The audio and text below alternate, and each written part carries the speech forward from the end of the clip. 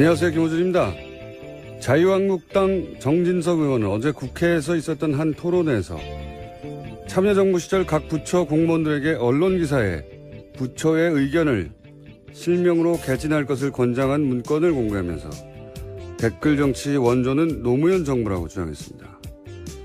해당 언론사 홈페이지에 접속해서 담당 부처의 의견을 담당 공무원이 자기 이름으로 밝히는 것은 공개적인 국정 홍보죠. 이게 어떻게 국정원과 사이버 사령부를 동원해서 돈을 주고 사람을 사서 익명으로 지역 감정을 주장하고 야당 정치인을 공격하고 정부의 비판적인 인사들에게 저주를 퍼부으며 선거에 개입한 댓글 공작과 같은 겁니까? 이건 댓글이라는 단어가 같다고 니들도 그랬잖아 하며 물타기 하는 거죠. 이런 물타기를 무비판으로 스트레이트 보도하거나 논란이 예상된다 한 줄 쓰고 마는 언론 보도가 대부분입니다. 그렇게 점잖게 한마디 정도 하고 나면 언론의 중립성이 지켜지는 건가요? 이게 논란이 될 만한 거리가 눈꽃만큼이라도 있는 주장입니까? 그냥 어거지지? 이런 생어거지조차 어거지라고 못하면 언론이 왜 있습니까? 김원준 생각이었습니다.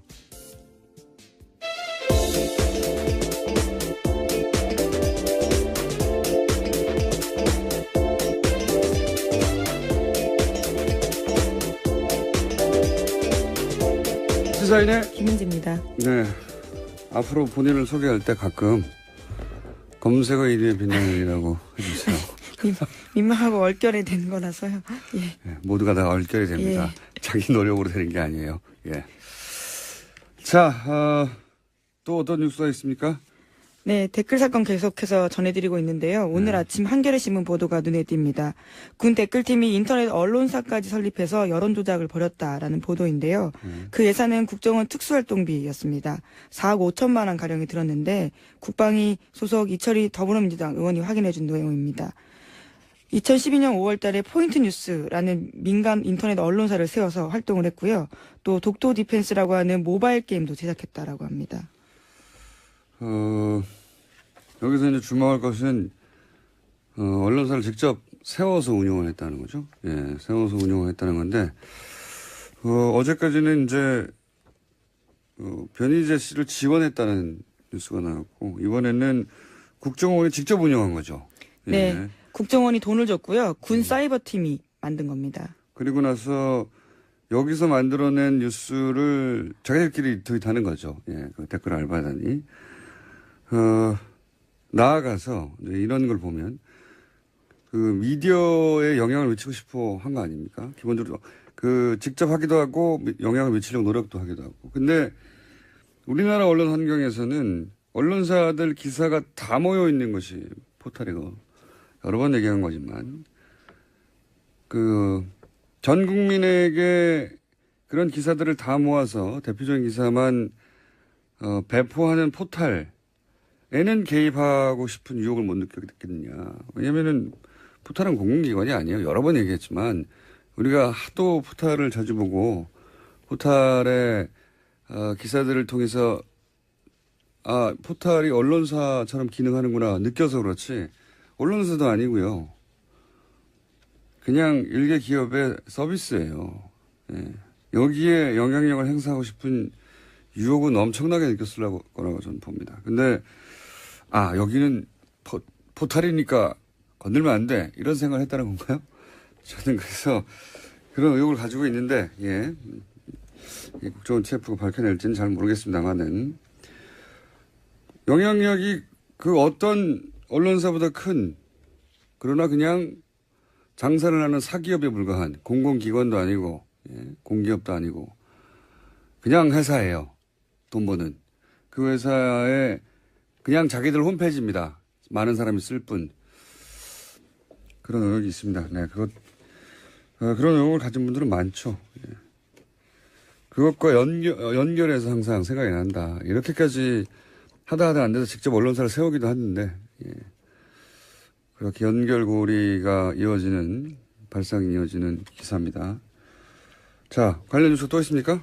네, 이태하 전 사이버 530 심리전단장과 옥도경 전 사이버 사령관의 녹취록도 공개가 됐습니다. 이 녹취록에는 굉장히 많은 내용이 담겨 있는데요. 눈에 띄는 내용들이 참 많습니다. 우선은 이태하 전 단장이 기무사도 불법적으로 심리전 조직을 만들었다라는 이야기를 했는데요. 국방부에서 기무사 심리전 조직 없애고 사이버 사령부로 통합하라고 계속 그랬는데 그렇게 하지 않았다라는 취지로 이야기를 했습니다. 이 녹취록이 약간 이상한 것이 이제 요지는 이런 거죠. 요지는 법적 처벌을 받게 된 심리전 단장이 아니 나는 국방부 장관 지시로 했는데 국방부 장관도 다 빠져나가고 말이지 나한테 책임을 집을 씌우느냐 그러면서 기무사 이제 국방부 산하죠. 기무사 너희들은 몰래 하지 않았냐. 이거 폭로해버리겠다. 나만 죽을 수는 없다. 이런 내용이란 말이죠. 내가 사실을 터뜨리면 너희들은 죽는다. 이런 내용까지 있습니다. 네. 근데 언론에 보도되기로는 이 대화가 이태화 심리전당과 옥도경 사이버 사령관 사이에 녹취로 보도가 됐는데 옥도경 사이버 사령관은 너희들이 아니거든요. 여기서. 너희들은 죽는다 할 때는 너희는 기무사인데. 그러면 이 대화가 편집되어 있거나 기무사 쪽의 답변이 편집되어 있거나 혹은 기무사 관계자도 그 자리에 앉아 있었는데 그냥 침묵하고 있거나 이렇게 생각이 드는데 여하간 대화의 요지는 기무사도 댓글 공작에 참여하였다 몰래 그런 내용입니다. 예, 뿐만 아니라 수사와 관련해서도요. 압수수색 들어오기 이틀 전에 사실을 알려줬다라면서 수사가 은폐되어 있다는 취지 이야기도 있습니다. 알겠습니다. 네. 이 기무사는 특무대, 방첩대 또 뭐라고 불렸죠? 보안사 등등등등 군의 국정원이에요. 한마디로 얘기하면 군이 이제 간첩 잡는다고 만들어낸 오래된 조직, 역사 오랜 조직이죠. 근데 지금은 가장 쉽게 이해하자면 군의 국정원이다 이렇게 생각하시면 되는데 국정원도 했고 군 내부의 정보기관 조직도 했고 그리고 사이버 사령부라는 새로운 부처를 만들어서도 했고 할 수 있는 모든 것에서 한 거죠. 그중에서 기무사가 이제 처음으로 등장을 했습니다. 대화에. 자, 기무사도 그럼 수사 대상이 되겠네요. 다음 뉴스는요. 네, 김관진 전 국방부 장관이 출국 금지됐다라고 합니다. 김 전 장관은 이명박 정부 시절에 장관에 올라서 박근혜 정부 시절에 안보실장까지 지내서 7년 가까이 국내 안보 책임자로 지냈는데요. 이제서야 검찰의 수사선상에 오르게 됐다라는 겁니다. 이분은 사실 의혹의 뭐랄까요? 군 관련 의혹의 총 집결지와 같은 역할을 앞으로 할 거라고 봅니다.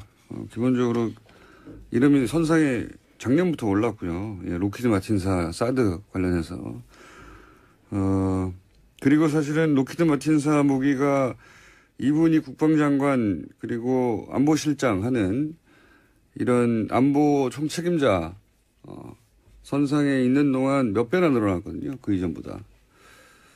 그리고 사드를 기습적으로 배치하는 것도 이번에 이제 미국 갔다 와서 그렇게 된 걸로 지금 알려져 있고 많습니다. 예. 근데 지금은 사이버 사령부 댓글 사건이죠. 사이버 사령부의 댓글 공작을 보고하는 문건의 결재자가 김관진 당시 국방장관이었다. 요건으로 지금 출국 금지가 돼 있는 겁니다. 네, 뿐만 아니라 어제 공개되었던 이태하 전 단장의 녹취록을 보더라도요. 김관진 장관이 우리에게 업무 보고했고 잘한다고 표창까지 주지 않았냐라는 내용도 있습니다. 그러니까 장관 지시를 명확하게 증언하고 있는 거죠. 그러니까 뭐 사드나 뭐 로키드 마틴의 몇 천억짜리 조단위의 무기 그게 아니라 그냥 댓글 공작 이걸로 사실은 법적 처벌을 받을 가능성이 굉장히 높아졌습니다. 그 이전에 김기춘 전 비서실장도 수많은 이야기가 있었지만 본인은 상상도 못했던 블랙리스트로 사실은 수감됐잖아요. 그럴 수도 있을 것도 같습니다. 근데 그걸로 끝나지는 않을 것 같아요. 김관진 전 장관은, 전 실장은. 자, 다음 뉴스는요. 네, 어제 문재인 대통령과 여야 4당 대표가 만났습니다. 홍준표 자유한국당 대표만 1대1 회담을 요구하면서 빠졌는데요. 어제 회동 이후에 5개 안 공동 발표문이 채택됐습니다. 한반도 긴장 완화를 위해서 국회의 초당적 역할이 중요하다는 데 인식을 같이 하고 여야 상설 국정협의체를 조속히 구성한다라는 뜻을 모았습니다. 만나야죠. 만나는데 정작 화제가 된 거는 넥타이 색깔이에요. 예. 문재인 대통령이. 예, 같은 색깔이었죠. 예. 녹색, 국민의당 상징색을 넥타이를 했다고 언론은 그걸 가장 크게 보도했고요. 예. 뭐 정치는 상징 게임이니까 무슨 대화가 있었나 보다 그런 넥타이가 주목받는 것도 한편으로는 당연합니다. 당사자는 좀 답답하겠지만 아니 우린 중요한 얘기 많이 했는데 넥타이 가지고 보도하냐고. 어쩔 수 없어요. 네, 구체적인 건 알아서 잘들 하시고. 자, 다음 뉴스는요? 네. 트럼프 대통령이 미국의 군사 옵션 발언을 계속해서 하고 있는데요. 북한이 트럼프의 이딴 말폭탄의 진위 파악을 하기 위해서 미국과 전문가 차원의 대화를 추진한 사실이 공개됐습니다. 워싱턴 포스트 보도인데 북한이 트럼프 대통령의 지인을 파악하기 위해서 공화당 전직 관료가 포함된 7개 전문가 단체에 대화를 제의했다라고 합니다. 물밑에서, 예, 이건 이제 미국 쪽에서 나온 보도다 보니까, 북한이 이런 접촉을 해왔다는 게 먼저 나온 건데, 거꾸로 미국이 북한에게 여러 접촉을 하는, 과정도 분명히 있었을 텐데, 예, 어쨌든, 북미가 핵공격, 완전 파괴, 초강경 대응, 기타 등등 얘기할 때, 그 사이에 벌어진 일이라는 거군요. 그때도 여전히 대화 제일하고 채널을 가동하고 있었다. 민간 차원에서. 이렇게 하겠죠. 당연히. 예, 북한이 가장 궁금해하는 것은 트럼프의 진위를 파악할 수 없다라는 건데 취임 초기에 주한미군 철수 이야기했었는데 그게 얼마나 진지한 이야기냐라는 것들을 타진해보고 싶다라고 합니다. 그것만 있겠어요. 예. 그런 얘기도 있고 여러 가지가 있겠죠. 그리고 미국은 궁금하지 않겠습니까? 북한의 생각이. 저는 이 위기를 의도적으로 고조시키는 거라고 양쪽 모두 특히 트럼프 입장에서는 슈퍼히어로가 되고 싶어 하는 것 같다고 극장 무대 위의 주인공이 되고 싶은 거죠. 그래서 어느 순간 갑자기 해결될 수도 있다. 그리고 그 직전까지 정말 전쟁이 날 것처럼 이야기를 계속 할 수도 있다. 그런 생각이 듭니다. 예. 네, 하지만 안타깝게도 이 대화는요, 미국 쪽에서 거절해서 이뤄지지 않았다라고 합니다. 다른 대화도 있었을 거예요. 우리가 모르는 사이에도, 대화가 있었고, 그게 한참 후에 밝혀진 경우가 많았으니까요, 북미 사이에. 자, 하여튼 대화 시도가 있다. 이런 얘기입니다. 뉴스는. 다음 뉴스는요? 네, 자유한국당과 바른정당 소속 일부 중진 의원들이 만났습니다. 보수우파 통합추진위원회를 출범하기로 했다라고 밝혔는데요. 어제 여의도의 한 식당에서 만찬회동을 열고 이렇게 의견을 모았습니다. 자, 한국당과 바른정당 내 이제 통합파들이 보수우파 통합추진위라는 걸 만들었고 그 직전에 이제 바른당과 국민의당의 국민통합포럼이라는 것도 또 만들었죠. 네, 일종의 정책 토론이라고 밝히고 있는데요. 그러니까 이제 통합파가 만약에 여기서 세를 얻으면 바른정당이 자유한국당과 흡수통합될 가능성이 높아지는 거고요. 만약에 자강파라고 하는 분들이 이 세 싸움에서 이기게 되면 국민의당과 통합항을 연대하는 쪽으로 가는 것이고 양쪽이 팽팽하거나 완전히 서로 합의점을 못 찾으면 당이 갈라질 수도 있겠죠. 예. 그런 세 가지 시나리오 앞에 바른정당이 서 있다. 예. 네, 우선 11월 13일에 전당대회가 있기 때문에요. 그 전에 어떤 모양새를 만들려고 한다라는 이야기도 어제 밝혔습니다. 여기서 이제 누가 대표가 되냐에 따라서 어느 쪽이 세가 더 강해질지 결론이 나겠죠. 예. 어쨌든 바른정당은 지금 정계 개편에 한 가운데 있습니다. 하태경 의원의 주장으로는 본인이 되면 통합될 일이 당이 흡수될 일이 없다고 주장하고 있고요. 예. 네, 어제 모임에는요, 자유한국당에서는 권성동, 김성태 의원 등이 나왔었고요. 잠시 후에 나오십니다, 김성태 의원님. 예. 그리고 바른정당에서는 황영철, 김용태 의원 등이 나왔습니다. 이분들이 통합파 역할을 하고 있는 걸로. 자, 다음 뉴스는요? 네, 지난 26일에 자살한 채 발견된 사람이 있는데요. 도태우 수원시체 이 부시장입니다. 아하. 업자로부터 뇌물을 받은 혐의로 경찰의 수사를 받던 중에 숨진 채 발견됐습니다.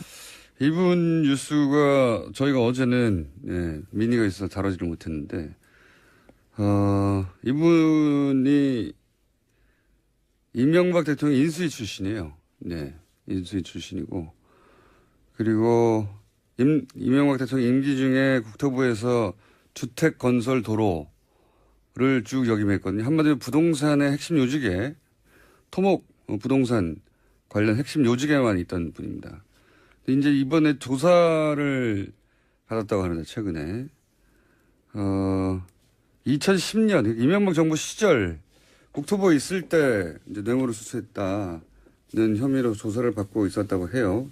이분이 국토부에서 수원시청으로 간 사건 일 자체가 3년 전에 이제 그 건설업자에게 접대받고 뭐 법인카드를 받아서 사실은 국토부에서 퇴출된 전력이 있단 말이죠.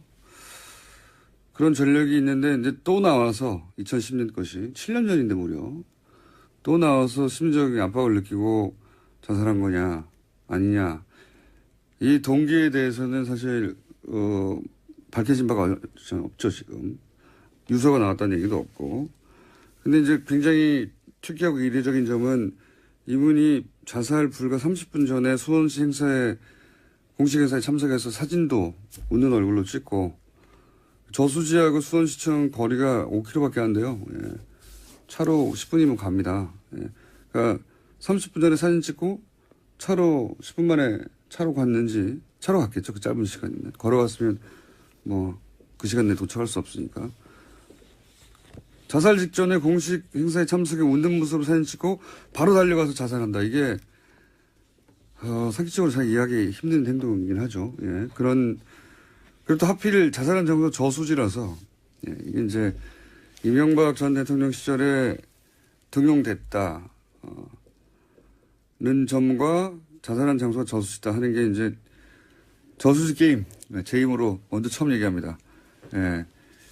이명박 전 대통령 시절에 그 농협 직원 어떤 여러 가지 의혹을 받던 농협 직원이 저수지에서 시체로 발견된 적이 있어요. 예.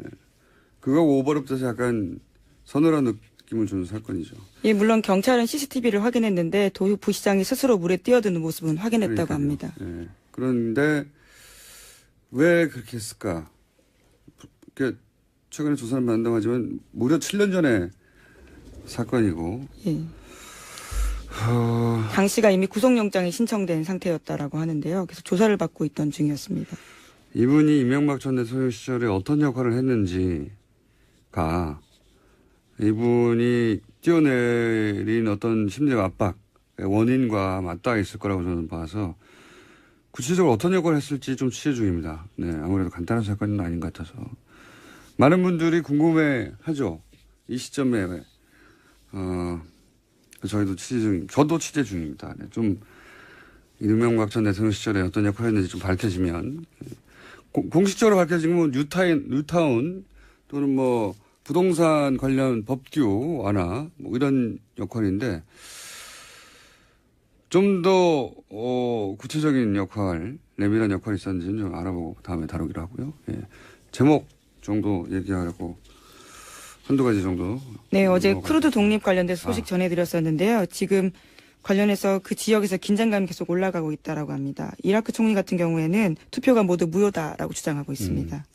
군사적 충돌 가능성도 얘기하고. 근데 크루드 얘기하니까 생각나는데 이제 이명박 전 대통령 1호 자원 외교 대상이 크루드입니다. 네. 아마 너무 까마득한 얘기, 10년 전 얘기라 기억들을 잘 못하실 텐데 이 크루드는 이명박 대통령 취임하기 전 당선인 시절에 이미 시작됐어요. 제1호 자원외교로. 서유형사가 이 지역에 5개 광구 유전 개발을 계약을 합니다. 네, 그리고 지금까지 대략 8천억 정도 투입한 걸로 알고 있어요. 투입한 걸로 알고 있는데 10년이 지났잖아요. 단 한 방울의 석유도 나오지 않았습니다. 여기서.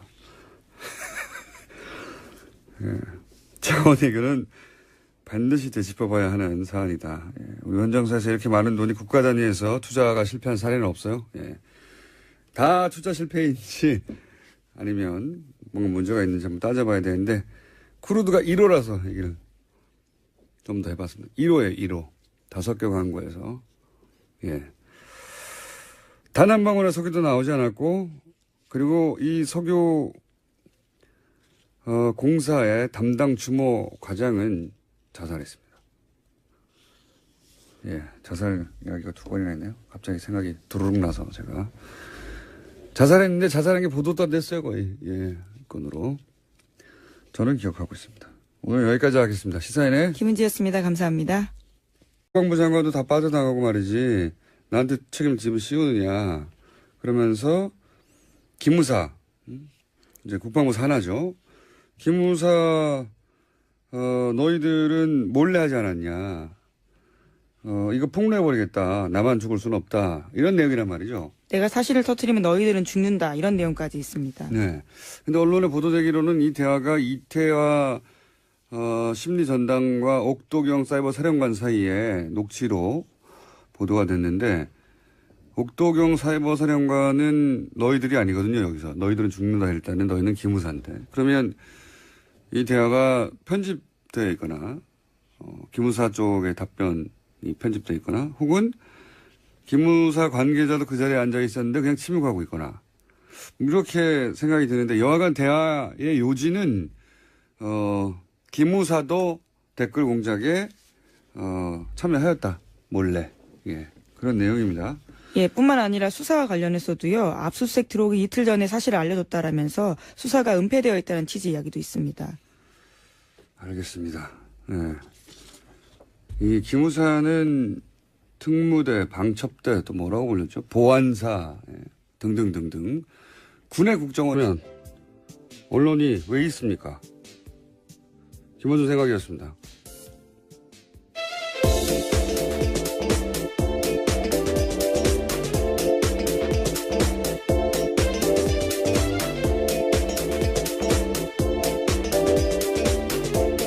시사인의 김은지입니다. 네. 앞으로 본인을 소개할 때 가끔 검색어 1위에 빛나는이라고 해주세요.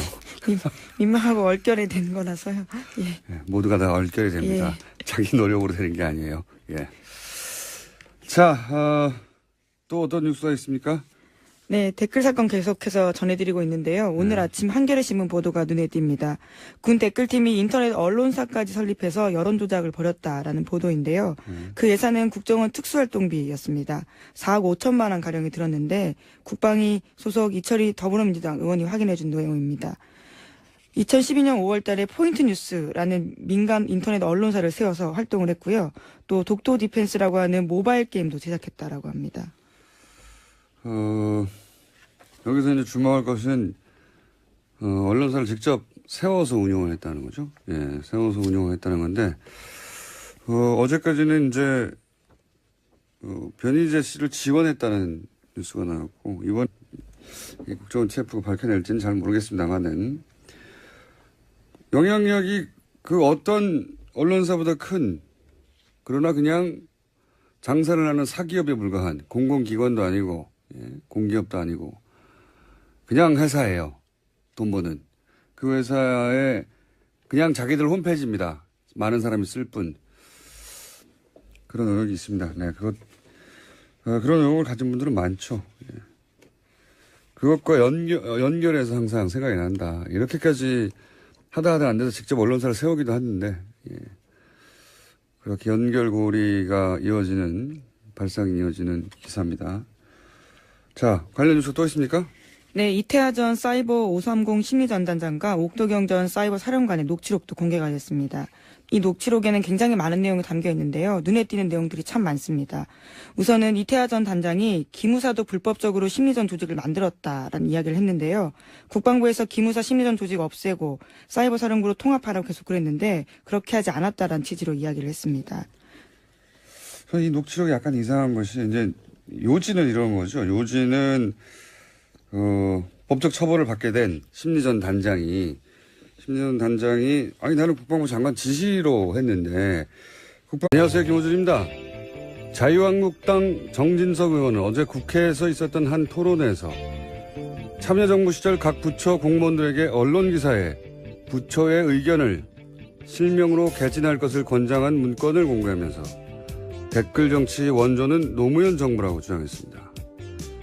해당 언론사 홈페이지에 접속해서 담당 부처의 의견을 담당 공무원이 자기 이름으로 밝히는 것은 공개적인 국정 홍보죠.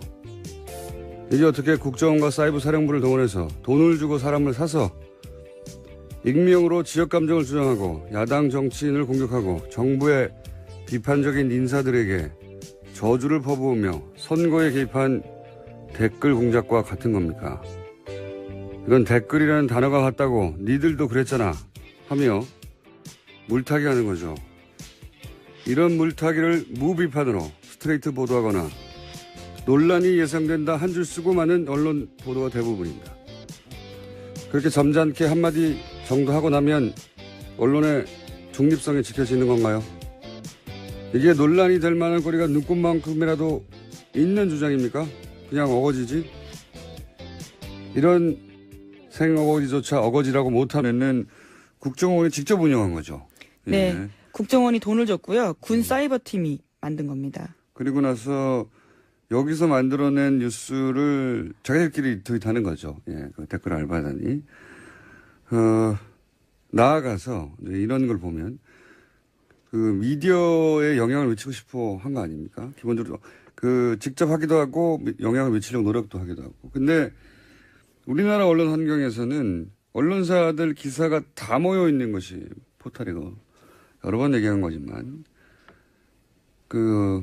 전 국민에게 그런 기사들을 다 모아서 대표적인 기사만 배포하는 포털에는 개입하고 싶은 유혹을 못 느꼈겠느냐. 왜냐면은 포털은 공공기관이 아니에요. 여러 번 얘기했지만 우리가 하도 포털을 자주 보고 포털의 기사들을 통해서 포털이 언론사처럼 기능하는구나 느껴서 그렇지 언론사도 아니고요. 그냥 일개 기업의 서비스예요. 예. 여기에 영향력을 행사하고 싶은 유혹은 엄청나게 느꼈을 거라고 저는 봅니다. 근데 여기는 포탈이니까 건들면 안 돼. 이런 생각을 했다는 건가요? 저는 그래서 그런 의혹을 가지고 있는데 예.